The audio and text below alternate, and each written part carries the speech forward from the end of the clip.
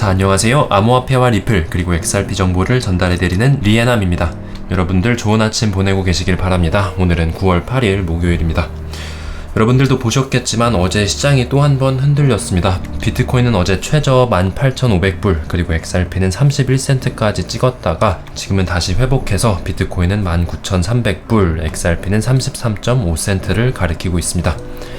여기서 XRP가 작년 고점까지 가려면 딱 6배가 올라야 하네요.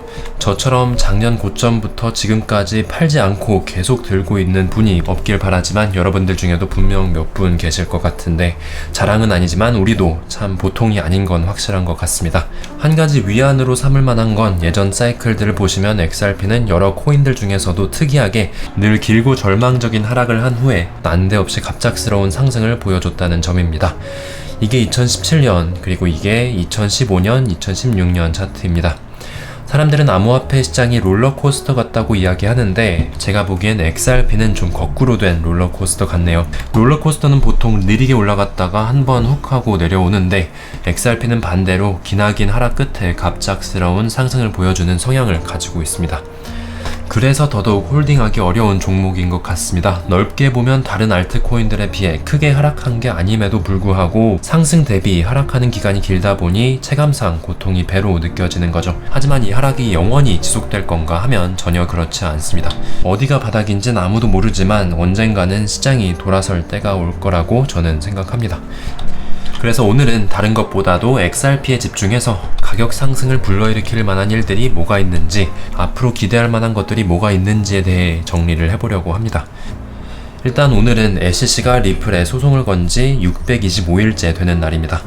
여전히 끝날 기미가 없어 보이는 게 사실이지만 객관적으로 볼 때 사실 소송이란 게 길어지면 길어질수록 끝날 확률이 커지기 때문에 합의로 끝나든 약식 판결로 끝나든 하다못해 트라이얼, 최종 판결까지 가든 상관없이 우리는 점점 이 소송의 끝에 가까워지고 있는 게 사실입니다. 여기 제임스 필란 변호사가 앞으로의 소송 일정을 정리해주고 있습니다. 이 중 중요한 것만 정리하자면 일단 힌먼 이메일에 관련해선 우린 아직 토레스 판사의 판결을 기다리고 있습니다. 하지만 문제는 토레스 판사가 넷번 판사와 동의하는 이메일을 제출하라는 판결을 곧 내린다 해도 SC한테는 이를 지연시킬 방법이 몇 개 남아있다는 거죠. 그중 당연히 예상되는 게 바로 세컨드 서킷의 항소인데요. SC가 세컨드 서킷에 항소를 하려면 일단 토레스 판사한테 허락을 받아야 하는데 과거 있었던 소송건에서 토레스 판사는 SC의 세컨드 서킷 항소를 허락해 줄 건지에 대한 판결을 내리는 데에 2달 이상을 소모했던 적이 있다고 합니다. 제임스 필란 변호사는 토레스 판사가 이 항소를 허락할 것 같진 않지만 그래도 그 판결이 나올 때까진 긴 시간이 걸릴 거라고 말하고 있습니다. 게다가 궁극적으로 토레스 판사가 SC의 항소를 완전히 막는다고 해도 SC한테는 이 writ of mandamus, 직무집행, 영장 소송 등 계속해서 항소를 시도해볼 수 있는 경로가 있다고 하니 이제는 더 이상 우리가 올해 힌먼 이메일을 볼 기회는 없을 것 같습니다. 그리고 다음으로 중요한 건 약식 판결 브리핑입니다. 이제 며칠 안 남은 9월 13일이면 처음으로 약식 판결을 위한 모션들이 제출되는데요. 제임스 필란 변호사는 아마 전문가 증언처럼 이 약식 판결 모션들도 처음에는 상당 부분 가려져 있을 거라고 예측하고 있습니다. 이 약식 판결 첫 모션들이 제출되고 난 후 양측은 서로의 모션에 대한 답변을 한 번씩 제출할 예정이고 이를 포함한 모든 브리핑은 저번 영상에 말씀드린 대로 11월 15일에 마무리된다고 하네요. 제러미 호건 변호사가 말한 합의가 나오기 가장 유력한 기간이 바로 지금부터 이때까지입니다. 물론 그는 합의가 나온다면 이 기간이 가장 유력하다고 한 거지 합의가 유력하다는 게 아닌데요. 그 점 유의해 주시길 바랍니다. 저는 개인적으로 내년 약식 판결에서 좋은 결과가 나오지 않을까 예상하고 있습니다. 자, 그러면 계속해서 앞으로 일어날 일들에 대해서 이야기해 보겠습니다. 요즘 CBDC에 관한 이야기를 제가 많이 드렸는데요. 매번 제가 리플은 많은 국가들의 CBDC 개발을 돕고 있다라고 말씀드리는데요.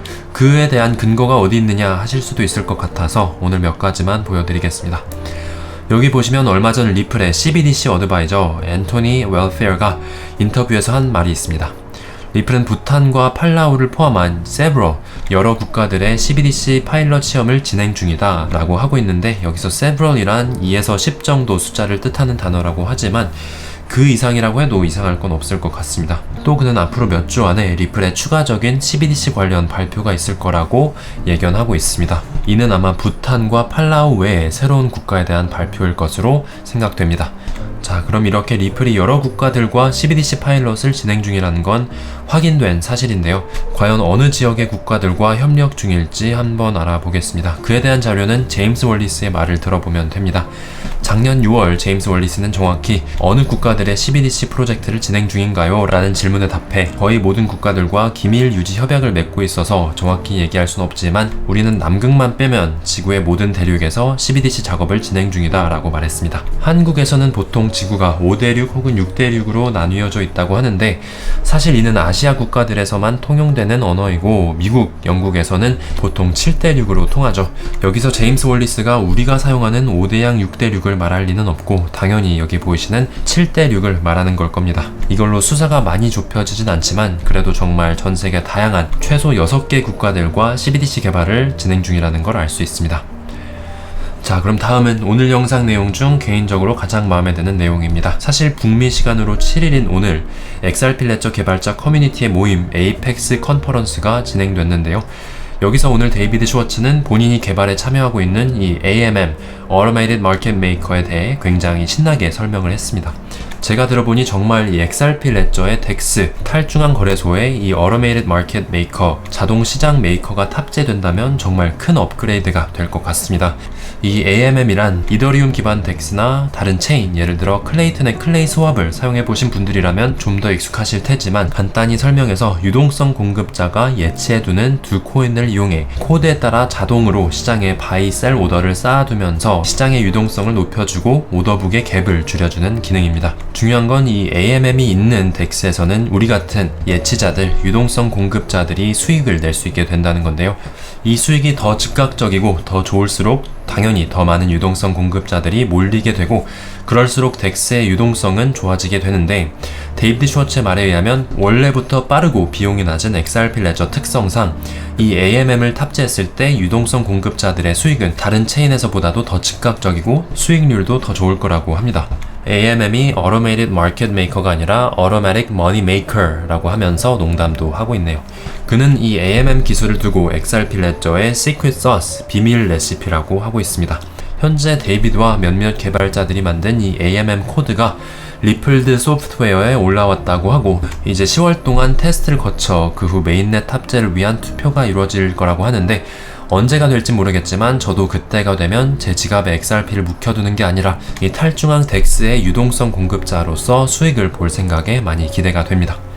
그리고 저 같은 사람이 한둘이 아니겠죠. 아무리 조금이라도 이렇게 탈중앙 거래소에서 수익을 낼 수 있다면 물량을 가지고 있는 사람은 유동성 공급을 하지 않을 이유가 없기 때문에 이 기능이 추가되는 순간 XRP 레저 DEX의 유동성은 폭발할 것으로 기대가 됩니다. 솔직히 지금 DEX에서 거래를 하려면 오더가 찰 때까지 좀 많이 기다려야 되는데 이 점이 향상된다면 중앙형 거래소를 일상적으로 사용하기 싫다 하시는 분들은 따로 거래소를 사용할 필요가 딱히 없어질 것 같습니다. 물론 저도 코드를 직접 읽어보진 않았고 읽는다 해도 정확히 이해하려면 굉장히 많은 시간이 소요될 게 뻔하기 때문에 만약 코드가 궁금하신 분들은 영상 설명란에 GitHub 링크를 참고해 주시면 되겠습니다. 그런데 여기서 이런 AMM의 추가로 DEX 유동성이 기대 이상으로 거대해진다면 굳이 제3자 거래소를 통하지 않고도 XRP 레저 기반의 스테이블 코인만 있다면 XRP를 통한 국가 간 송금이 가능해질 텐데 어쩌면 이는 XRP 레저의 스테이블 코인 규모도 같이 키워주게 될지도 모르겠습니다. 자, 그러면 오늘은 이렇게 변동성이 심한 이런 상황에도 앞으로 우리가 기대할 만한 일들에 대해서 한번 정리를 해봤는데요. 요점만 말하자면 첫째, 소송의 끝이 다가오고 있다. 합의가 없다 해도 약식 판결은 내년 4월이면 마무리된다. 둘째, 리플의 CBDC 어드바이저 안토니 웰페어의 말로는 이제 몇 주 안에 리플의 또 다른 CBDC 관련 발표가 나온다. 그리고 셋째, 데이비드 슈워츠가 신나게 설명하는 이 AMM 기능이 XRP 레저에서 시험되고 있고 이게 적용될 경우에 DEX의 유동성이 폭발하게 된다라고 할 수 있겠습니다. 사실 이것 말고도 앞으로 우리가 기대할 만한 건 많은데요. 그에 대한 내용은 앞으로 영상에서 더 알차게 다뤄보겠습니다. 여러분들의 좋아요와 구독 그리고 댓글은 큰 힘이 됩니다. 또 알림 설정과 멤버십도 제가 앞으로 더 알찬 영상으로 찾아뵐 수 있는 큰 힘이 되니 고려해주시면 감사하겠습니다. 자, 그럼 오늘 영상은 여기까지입니다. 시청해주신 여러분들 모두 늘 감사드립니다. 좋은 하루 되시고 저는 또 내일 영상에서 찾아뵙도록 하겠습니다. 감사합니다.